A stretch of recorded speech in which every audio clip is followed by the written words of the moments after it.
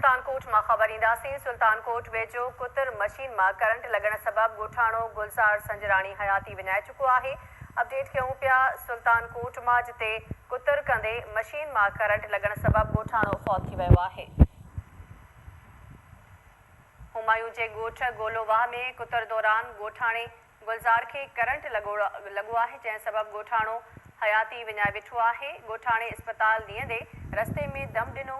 लाश घर पहुंचण ते कोहराम अची वियो। अपडेट लाइ असां राब्तो कयो आहे केटीएन न्यूज़ रिपोर्टर इसरार चांडियो सां। जी इसरार, अपडेट कजो।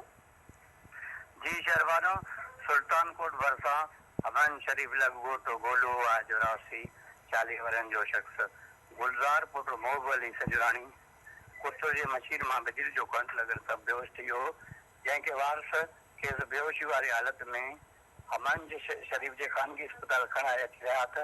रस्ते में दम धणी हवाले करे छॾी, जंहिंजी फौतनि जी तस्दीक अमन शरीफ के खानगी अस्पताल के डॉक्टरनि करे छॾी। जी इसरार चांडियो, अपडेट लाइ महिरबानी।